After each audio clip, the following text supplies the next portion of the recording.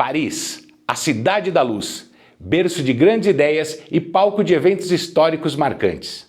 Mas por trás da sua beleza e romantismo, Paris guarda segredos que ecoam através dos séculos. Hoje, no Café e Maçonaria, vamos explorar uma conexão intrigante que liga a maçonaria a um livro antigo, um hotel luxuoso e um monumento icônico. Uma jornada que nos levará ao coração de Paris, desvendando os mistérios que se escondem por trás de símbolos e personagens históricos. E o melhor, vamos revelar uma informação inédita, nunca antes publicada, que lança luz sobre a presença da maçonaria em um dos locais mais emblemáticos de Paris. Então, se prepare para mais uma imersão de conhecimento e descobertas da história da maçonaria na Europa. Vamos carregar nossa caneca de café e depois da vinheta a gente volta com essa história.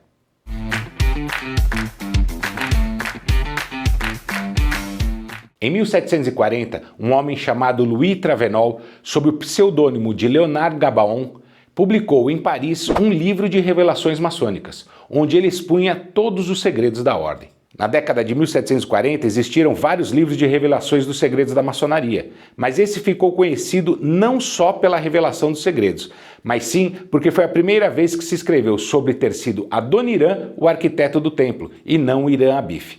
Mas isso é tema para um outro episódio. Ocorre que em 1744, Travenol publicou uma segunda edição de seu livro, agora com o nome Novo Catecismo do Franco-Maçom. E em 1748, publicou uma terceira edição, com o mesmo nome da segunda. Nessa terceira edição, ele garante que se o leitor seguir as orientações do livro, enganará qualquer maçom e se passará por um iniciado na ordem. E ele dá mais algumas dicas de como se passar por um maçom. Ele escreve, abre aspas, talvez ele ainda seja questionado sobre o local onde foi recebido e o nome do seu mestre da loja. Que ele responda em Landel, Rua Hotel de Bassy, ou no Hotel Soissons, ou em La Rapé, ou mesmo em um outro amigo particular dele. E por seu mestre de loja, diga o nome de quem primeiro vier à mente. Fecha aspas. Então ele cita 3 lugares onde funcionavam lojas maçônicas na França naquela época. O Landels, na Rua de Bassy, Rua e Hotel de Bassy, o Hotel Soissons e La Rapé. Aqui em Paris eu fiz várias pesquisas e não encontrei onde ficaria o tal do Landel, nessa rua de Hotel Bassy, não encontrei nada. A La Rapé é uma rua bem grande, então não dá para saber exatamente onde ficava a loja maçônica naquela época. Mas eu encontrei onde era construído o tal do Hotel Soissons, não sei como é que pronuncia direito. E eu vou contar essa história.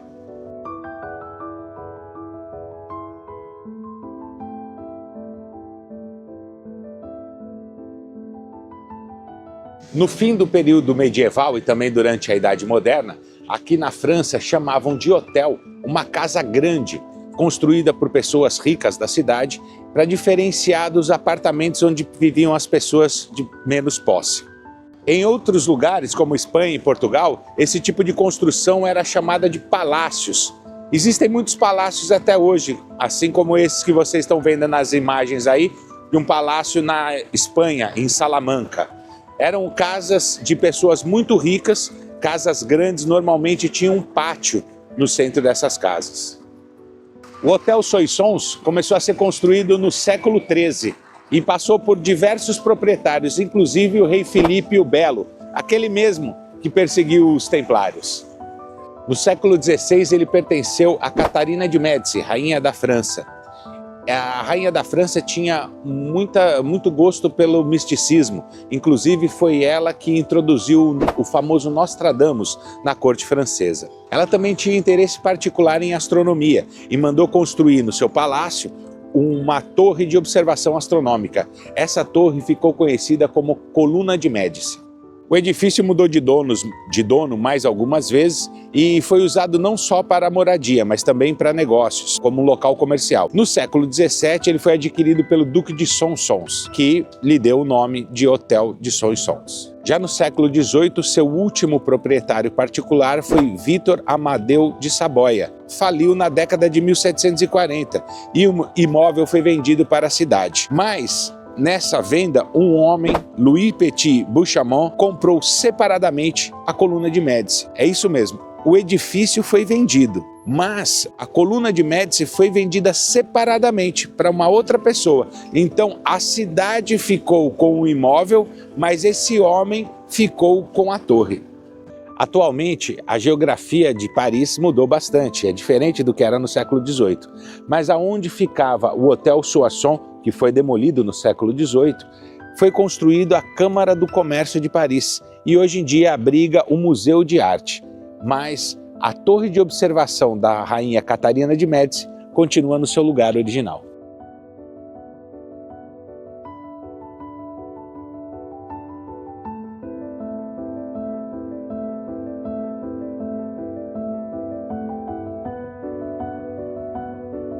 Mas, se Travenol estava ensinando alguém a enganar alguém, como ter certeza que a informação sobre haver uma loja maçônica no Hotel Soissons era verídica? Como a gente viu, o imóvel foi demolido em 1748, ano em que Travenol publicou a terceira edição do seu livro e que continha essa informação. Será que ele não usou essa localização exatamente porque, tendo sido demolido, ninguém poderia ir ao local se certificar se a informação era verdadeira? É uma hipótese plausível. Seria mais uma mentira de alguém que se propunha ensinar aos leitores como mentir? Ou seria uma informação verdadeira, mas que não poderia ser verificada por quem estivesse sendo enganado? Deu bastante trabalho, mas o Café e Maçonaria conseguiu encontrar outra referência ao Hotel Soissons e uma loja maçônica. Na Biblioteca da França, existe um arquivo de um inquérito policial de outubro de 1744, onde a polícia prendeu, investigou e interrogou um grupo de pessoas acusadas do crime de serem franco-maçons. Sim, na década de 1740, ser maçom era um crime, pois existia uma encíclica papal, a bula In Eminenti Apostolatus Specula, de 1738, que proibia católicos de serem maçons, sob a pena de excomunhão, e o Estado francês, católico, passou a tratar a maçonaria como um crime. Nesse inquérito, a polícia interroga um homem chamado Nicolas Mornay, e ele admite ter sido iniciado em uma loja no Hotel Soissons, o que confirma que a informação de Travenol era verdadeira. Então, de acordo com o livro de Leonard Gabaon, podemos afirmar que nesse local existia uma loja maçônica na década de 1740. Sobre todos esses livros que eu comentei, eu preciso fazer alguns esclarecimentos. Quando você faz uma pesquisa na internet, você encontra várias referências a esses livros. Porém, é uma salada de frutas misturada com salada de legume e coberta com mix de folhas. Uma confusão total. As obras de Louis Travenol, sob o pseudônimo de Leonard de Gabanon, são Catéchisme des Francs-Maçons. Na capa, o autor coloca a data de 1440 depois da luz, mas sabemos que não é de 1440, nem de 1740 como alguns afirmam. No início do livro, ele se refere a uma obra chamada Les Secrets des Francs-Maçons. Sabemos que esse livro foi publicado em 1744. Portanto, o livro de Travenol, intitulado Catéchisme des Francs-Maçons, é de 1744. Travenol publica uma segunda edição com o nome de Nouveau Catéchisme des Francs-Maçons em 1747. Eu nunca encontrei essa obra, mas como eu sei que ela existiu e que foi escrita em 1747? Travenol escreveu uma terceira edição, também intitulada Nouveau Catéchisme des Francs-Maçons.